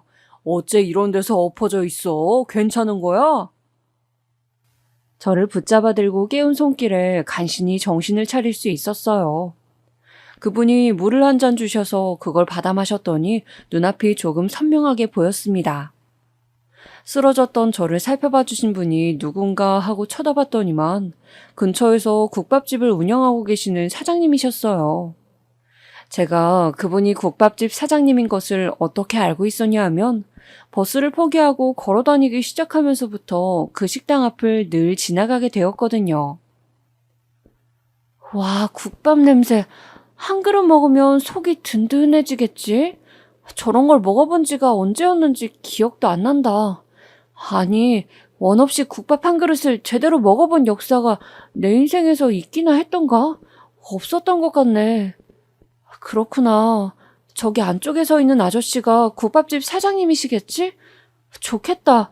언제나 맛있는 국밥을 드실 수 있을 테니까. 부럽다. 꼬르륵거리는 배를 움켜쥐면서 그 앞을 지나갈 때마다 국밥 생각을 간절하게 머릿속에 떠올렸습니다. 그랬기 때문에 저는 그 사장님을 한눈에 알아볼 수 있었어요. 도와주셔서 감사합니다. 잠시 어지러워서 그랬나 봐요.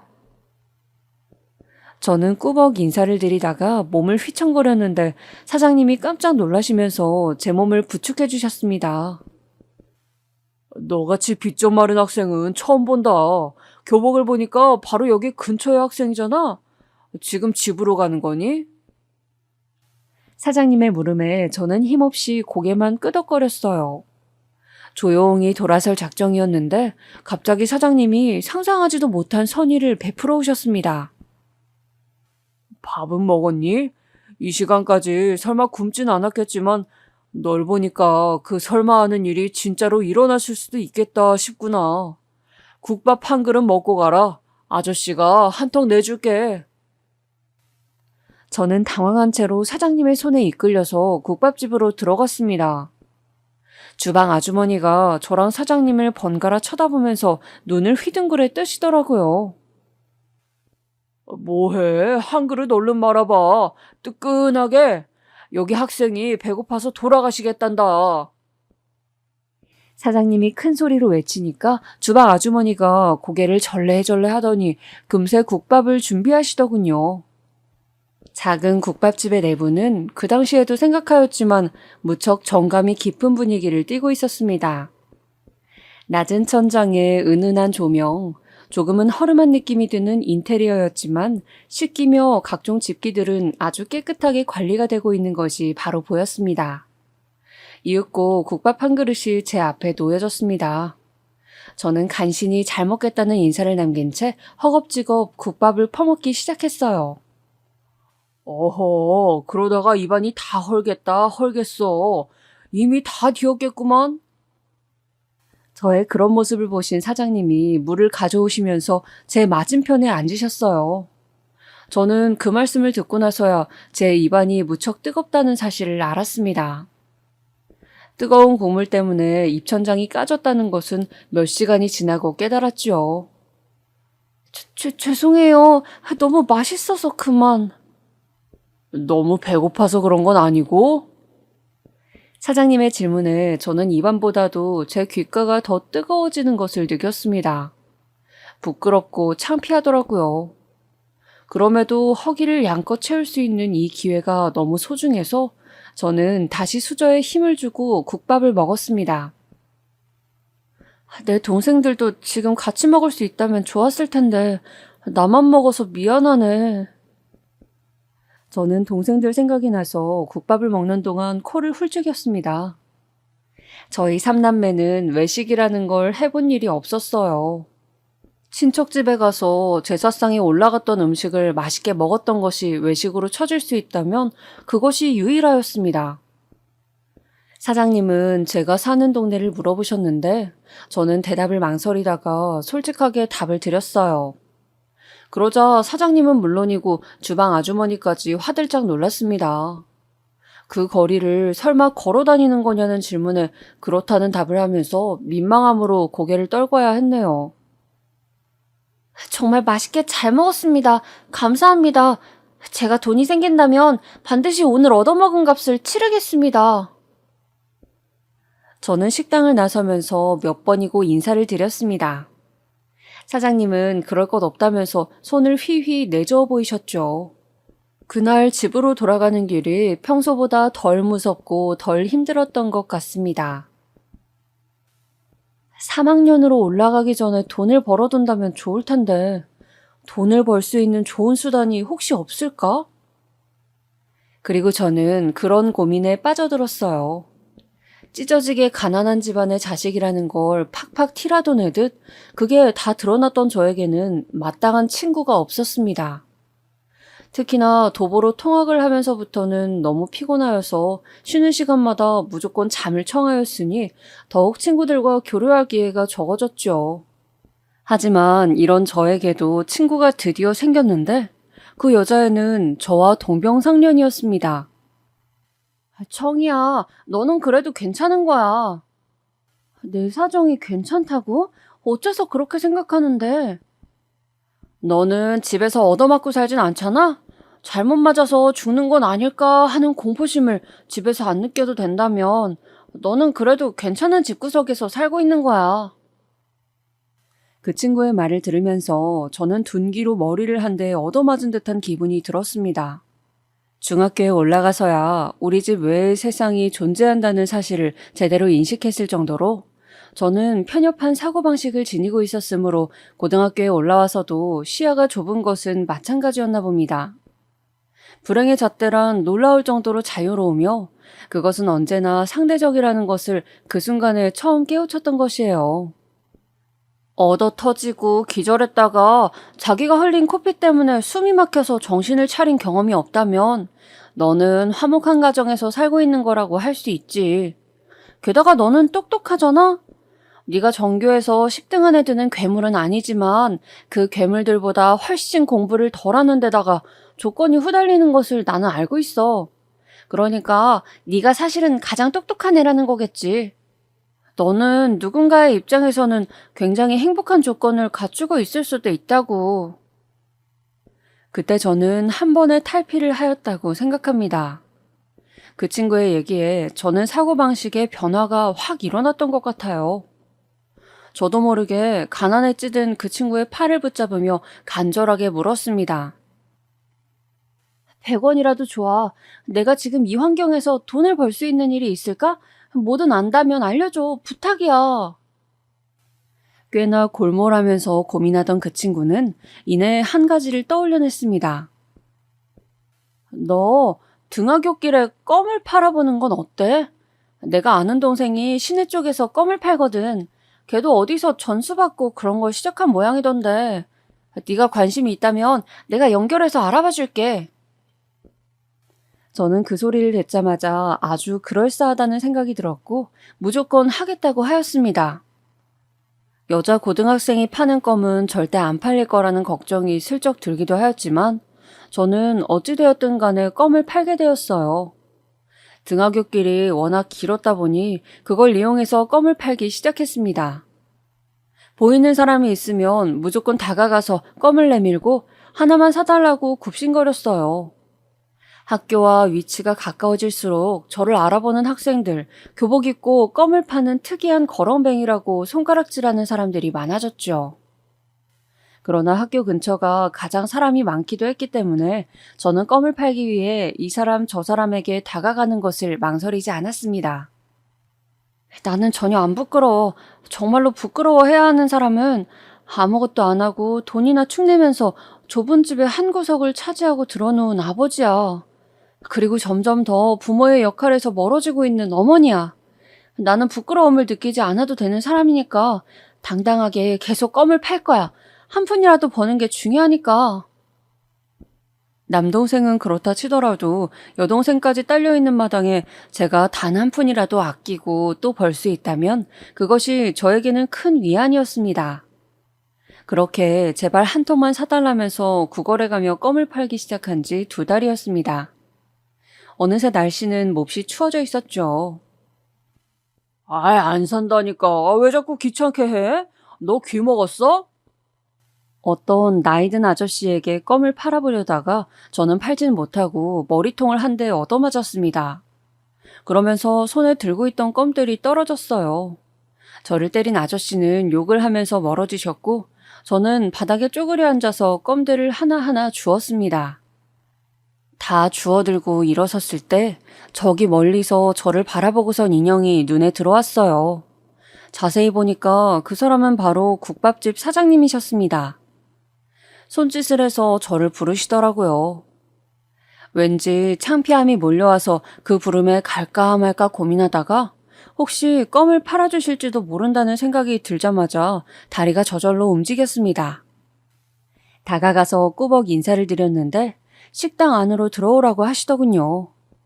구석자리에 마주보고 앉자마자 사장님이 저한테 딱 이렇게 물어보셨습니다. 너 왜 이러고 사니? 무슨 사정이 있어? 그리고 저는 막막해져서 어떤 대답도 섣불리 뱉지 못하고 가만히 있었습니다. 침묵만 지키면서 고개를 수그리고 있는데 문득 제 시야에 뜨끈한 국밥이 들어왔어요. 제 앞에 국밥을 놓은 사람은 주방 아주머니셨습니다. 왜 자기 마음대로 국밥을 내오는 거야? 아이고, 웃기는 사장님이네. 앉았으면 무조건 국밥을 먹어야 하는 게 이 집 규칙 아니었어? 내가 잘못 알고선 일을 하고 있었나? 주방 아주머니는 사장님에게 능청스레 말을 하고는 다시 주방 안쪽으로 가셨습니다. 제가 머뭇거리자 사장님은 혀를 쯧쯧 차시면서 저에게 국밥을 먹으라고 해주셨어요. 언제나 그렇듯이 그때도 배가 고팠기 때문에 저는 더 사양할 도리가 없이 국밥을 먹었습니다. 그날도 국밥이 아주 뜨끈하였죠. 저희는 내 사촌 누나 되는 사람이야. 그러니까 이 가게는 가업이라고 할 수 있지. 제가 여쭈어 보지도 않았건만 사장님은 주방 아주머니의 신상을 저에게 알려주셨습니다. 그러더니 본인이 언제부터 이 식당을 운영하게 된 것인지, 그동안 어떻게 살아왔는지 갑자기 저에게 쭉 늘어놓으셨어요. 듣는 동안에 저는 국밥을 다 먹어치웠습니다. 자, 다 들었으면 이제 네 차례다. 나는 오늘 너한테 국밥 한 턱을 쏘겠다고 말을 한 적이 없거든. 그러니까 네 이야기를 해서 대신 값을 내도록 해. 안 그러면 돈을 내고 가야 할 거야. 사장님은 짐진 무서운 표정을 지어 보이셨지만 그건 하나도 위협적이지 않았습니다. 망설이던 저는 일순간에 마음이 풀어져서 제 이야기를 하기 시작했어요. 사장님은 제가 공부를 잘한다는 대목을 들으실 땐 놀란 얼굴이 되셨죠. 하지만 이런 상황에서는 솔직하게 대학을 간다고 해도 그 돈이 감당이 될 수 있을지 모르겠어요. 아무래도 어렵겠죠? 고등학교를 제대로 끝마칠 수 있을지 없을지도 저는 미지수인걸요. 제가 초연하게 말을 맺었을 때 사장님은 아주 진지한 눈빛으로 저를 바라보고 계셨습니다. 그러면서 저를 보면 예전에 열병으로 세상을 떠난 본인의 여동생이 생각난다고 하셨어요. 아주 똘똘했었기에 그때 일찍 세상만 뜨지 않았어도 분명히 공부를 잘하는 학생이 되었을 거라고 본인은 믿고 계신다고도 덧붙이셨죠. 너 이제 껌은 그만 팔아라. 네가 학교를 다니고 공부를 하는 이상 내가 네 학비는 지원해주마. 사장님이 아무렇지도 않게 꺼내신 그 발언에 저는 너무 놀라서 딸꾹질까지 튀어나갔습니다. 혹시 농담으로 그러신 건가 싶어서 유심히 눈치를 살폈지만 사장님은 진심이셨어요. 길에서 쓰러져 있었던 제가 어느 순간부터 껌을 팔기 시작하는 걸 발견하시고는 내내 신경이 쓰이셨다고 하시면서 저에게 학비를 꼭 지원해주고 싶다고 거듭 말씀을 해오셨습니다. 하지만 저는 드릴 수 있는 게 없는걸요. 이건 사장님께 수지타산이 맞지 않은 일이에요. 예끼, 공부 좀 한답시고 이런 상황에서 수지타산을 운우네? 그럴 거면 나한테서 국밥 얻어먹었을 때도 그 이야기를 하던가. 거참 얍삽하구만. 호탕하게 웃어 보이신 사장님께서는 저에게 앞으로 학비 걱정일랑 하지 말고 성실하게 학교나 다니라고 말씀해 주셨습니다. 그리고는 저에게 1,000원을 주셨어요. 영문을 몰라서 그걸 받아들고 사장님을 바라본 순간 저는 들려온 다음 말에 눈물을 주르륵 흘리고 말았습니다. 갈 때 버스 타고 집에 들어가라. 이제 해 떨어지면 엄청 춥다 이 녀석아. 깜깜해서 앞도 안 보여. 저는 사장님을 향해 그리고 주방 안쪽에 앉아 계신 아주머니를 향해 허리를 숙여 인사를 드렸습니다. 나는 정말 행운이 넘치는 사람이구나. 내가 뭘 잘했다고 이토록 훌륭한 어른을 만날 수 있었을까? 그날 버스를 타고 집에 가는 동안 저는 히끗거리면서 내내 눈물을 삼켜냈습니다. 감동으로, 감사함으로 울어본 적은 그때가 평생에서 처음 있는 일이었습니다. 눈물을 한바탕 계속해서 쏟아내면서도 마음속으로는 따뜻한 기운이 퍼져나갔죠. 가난에 허덕이며 능력이 부족한 부모님 밑에서 살아오며 저는 대가 없이 주어지는 돈은 존재할 수 없는 허상이라고 여겼었더랬죠. 하지만 국밥집 사장님은 본인의 말을 굳건히 지키심으로 저에게 이런 이야기가 존재하는 세상도 있다는 것을 알려주셨습니다. 어느새 술독에 푹 빠져버린 아버지. 난데없이 불교에 빠지셨던 것인지 매일같이 절에 찾아가 몇 시간이고 불상 앞에서 기도를 드리시는 것도 모자라 없던 돈마저 자꾸만 절에 갖다 바치려고 혈안이셨던 어머니. 그 단편만 보자면 저희 가족에게는 꿈도 희망도 없었습니다. 그러나 저는 외로이 공장 일을 하던 제 남동생의 손을 붙잡으며 누나가 나중에 너 호강시켜줄 거야 라는 말을 감히 내뱉음으로써 남동생이 미래를 바라보며 견디게 하였습니다. 또한 방황하던 여동생에게 긍정적인 미래를 약속하면서 엇나가지 않도록 애를 썼습니다. 그래서 제 동생들은 그 집구석에서도 잠에 들면 입가에 미소를 그려내었어요. 꿈속에서는 이 지독한 현실이 모두 날아간 밝은 미래를 그리고 있었으니까요. 저는 국밥집 사장님의 지원하에 고등학교 과정을 무사히 끝마칠 수 있었고 무려 서울에 있는 대학에 합격하였으며 그것도 모자라서 의대생이 되었습니다. 아버지가 술 외의 것에 관심을 가진 건 오랜만이었어요. 내 딸이 그렇게나 똑똑했다고? 믿어지지 않는다는 아버지의 얼굴에는 형용할 수 없는 복잡한 감정들이 뒤섞여 있었습니다.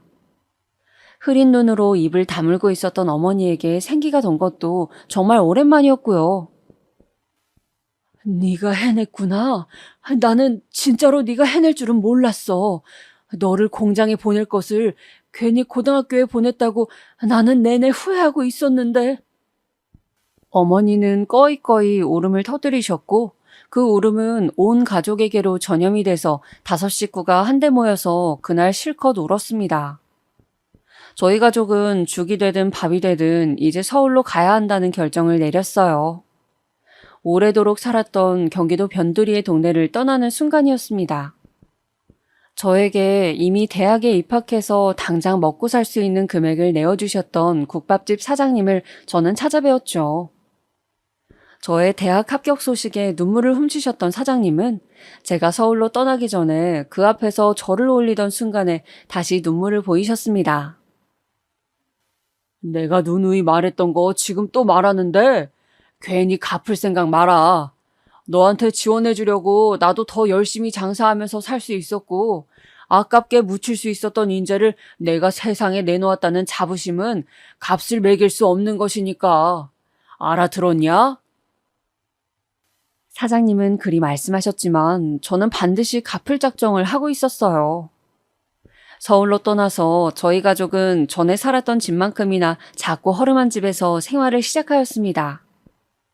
달라진 게 있다면 아버지가 술을 줄이시면서 일감을 찾아 늘 외출을 하셨다는 것과 어머니가 동생들을 살뜰히 살피며 집에서 부업 일을 하셨다는 것이었죠. 달라진 부모님의 모습만으로도 저희 3남매는 감격스러웠습니다. 남동생은 일자리를 구해서 바로 일을 시작했고 여동생은 고등학교를 다니면서 어머니의 부업 일을 도왔습니다. 저는 코피를 쏟아가면서 공부를 하였습니다.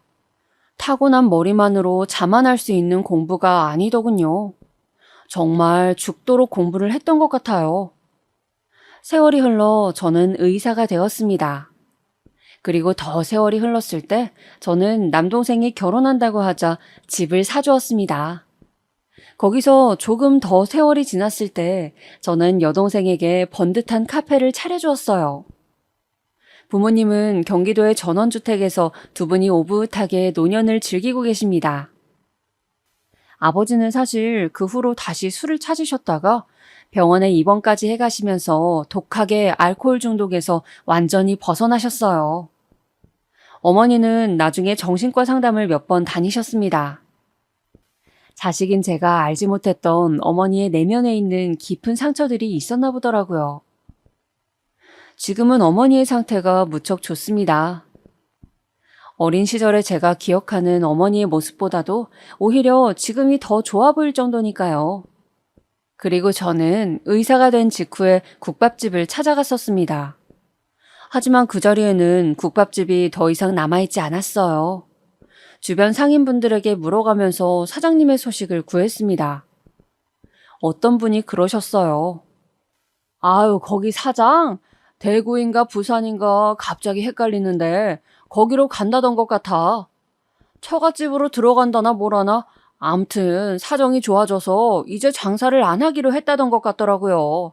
잘 되었지 뭐. 그 말씀을 듣고 안심이 되었어요. 살다 보면 다시 뵐 수 있을 거라고 여기면서 발길을 돌렸더랬습니다. 의사로서 경력을 쌓아가면서 그 순간순간마다 저는 국밥집 사장님이 떠오르곤 하였어요. 저희 가족에게는 엄청난 은인이셨으니까요. 그래서 어느 날 이러면 안 되는 걸 알면서도 흥신소마다 찾아다니면서 사장님의 현황을 알아내줄 곳이 있는지를 문의를 하였습니다. 제가 아는 사장님의 정보가 빈약해서 어려운 모양이었어요. 그러다가 어느 날 드디어 사장님의 현황을 알게 되었는데 국내에 안 계시단 소식이었습니다. 일본으로 떠나셔서는 그곳에 정착하신 모양이라는 이야기를 듣고 맥이 빠졌었네요. 그래도 사장님이 건강히 또 행복하게 잘 계신 거라면 다행이라고 여겼습니다. 이때로부터 세월이 꽤 흘러서 제가 의료봉사를 나갔던 어느 날이었습니다. 예정된 날에 비가 온다 그래서 무산될 줄 알았는데 당일이 되니까 햇빛이 쨍하더군요.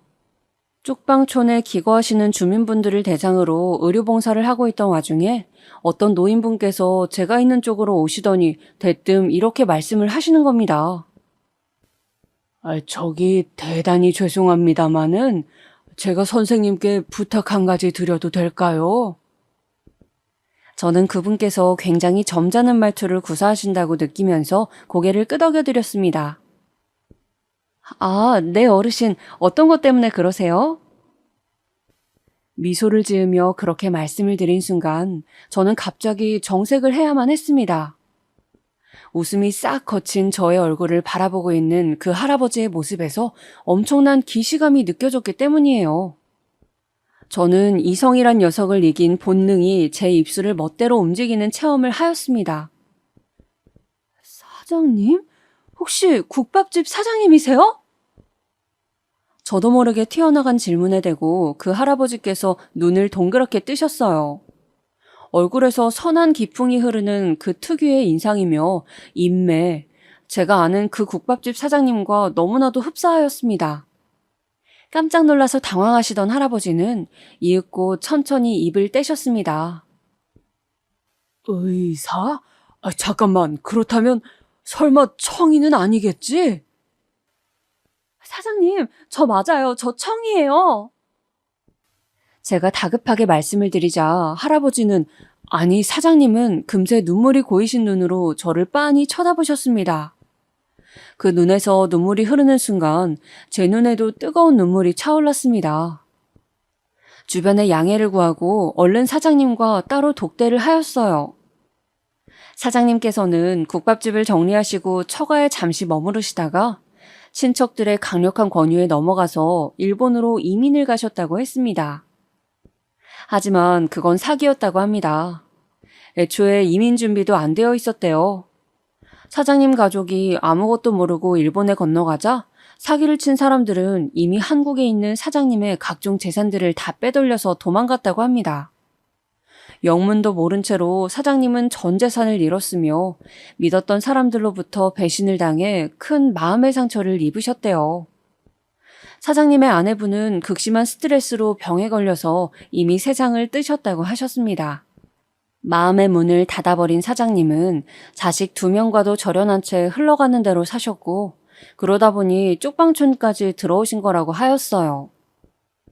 사장님, 저랑 저희 가족은 그날 그때 사장님께서 베풀어 주신 은혜를 발판으로 삼아서 지금까지 잘 살아왔습니다. 사장님께서 뿌리신 씨앗이 커다란 나무가 되고 놀라운 열매를 맺은 셈이죠. 사장님, 이제는 그 나무 아래에서 편안히 지내세요. 아셨죠? 저 사장님께 얻어먹은 국밥 그거 아직도 값을 안 냈습니다. 제발 값을 내고 싶어서 이날 이때까지 가슴을 졸이고 살았는데 이제야 사장님을 뵙게 되었네요. 저나 사장님이나 계속 눈물을 흘리고 있었던 것 같아요. 저는 사장님을 모시고 우선 부모님의 댁으로 향했습니다. 저희 부모님은 사장님을 환대하시면서 우선 절부터 올리셨어요. 드디어 은인을 제대로 뵙게 되었다면서 감격하셨죠. 서울과 가까운 데다가 자연이 아름다운 그 동네에서 사장님도 정착하시도록 제가 집을 마련해드렸습니다. 네가 이 정도까지 성공했단 말이야? 사장님, 뭘 놀라고 그러세요? 저 그냥 의사 아니에요. 국밥집을 스폰서로 두었던 대단한 사람입니다. 그랬던 제가 보통 수준으로 버는 의사가 될 거라고 설마 여기셨던 건 아니죠? 제가 너스레를 떠니까 사장님께서 웃음을 터뜨리셨어요. 아, 그제서야 제가 아는 국밥집 사장님다워 보였습니다. 저희 가족의 설득에 따라 용기를 내신 사장님께서는 자식분들께 연락을 하셨어요. 그리고 또 한 번의 감동적인 상봉이 일어났죠. 그 모습을 보면서 저희 가족도 무척 뿌듯함을 느꼈답니다.